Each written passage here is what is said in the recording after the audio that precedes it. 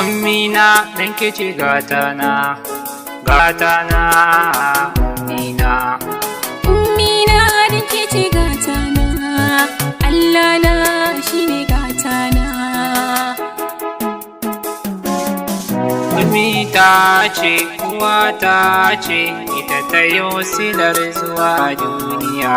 Ummi ta ce uwata ce ita ta yo silar zuwa duniya.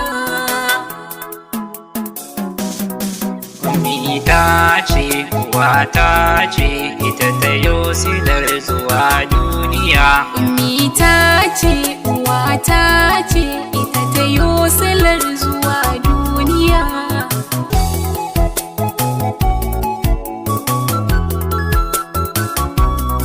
Zani in fara rayuwa sabuwa ba wani ni nake so kamar uwa, ita ta ban kulawa a rayuwa. Na bunƙasa da soyayyar ki zan samu rayuwar duniya. Miyo godiya gurin Rabbana, wajen dare da rana nai samuwa, tufan addu'ar ki sha ruwa.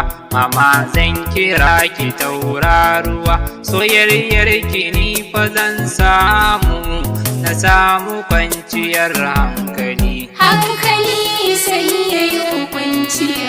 Kullum na tashi addu'a zanayo, roƙon gafara gunki zanayi, na durkusa kafanki kuka nayi.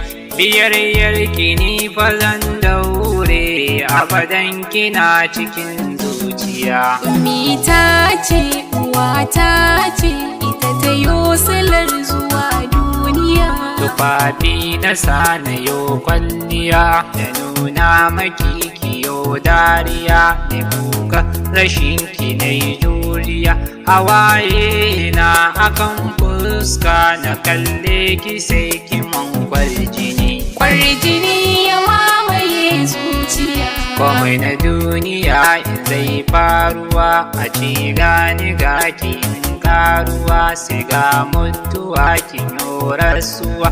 Na yo kukan rashin baki, tumbun kula gidan duniya. Wayo Allah bugun zuciya.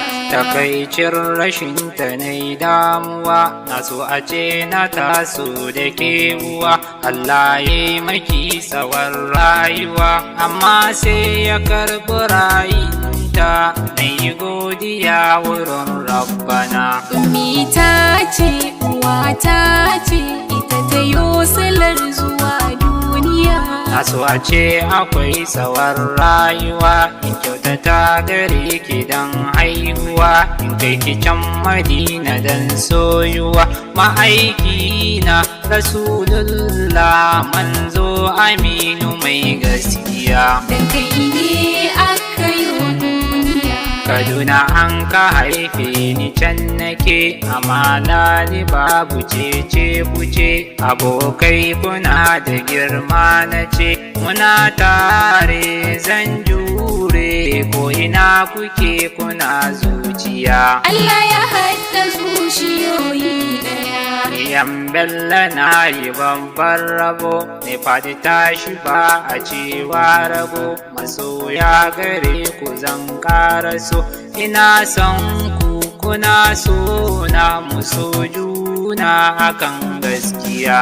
Ummi ta ce uwata ce ita ta yo silar zuwa duniya. Ummi ta ce uwata ce ita ta yo silar zuwa duniya. Ummi ta ce uwata ce ita ta yo silar zuwa duniya. Ummi ta ce uwata ce ita ta yo silar zuwa duniya.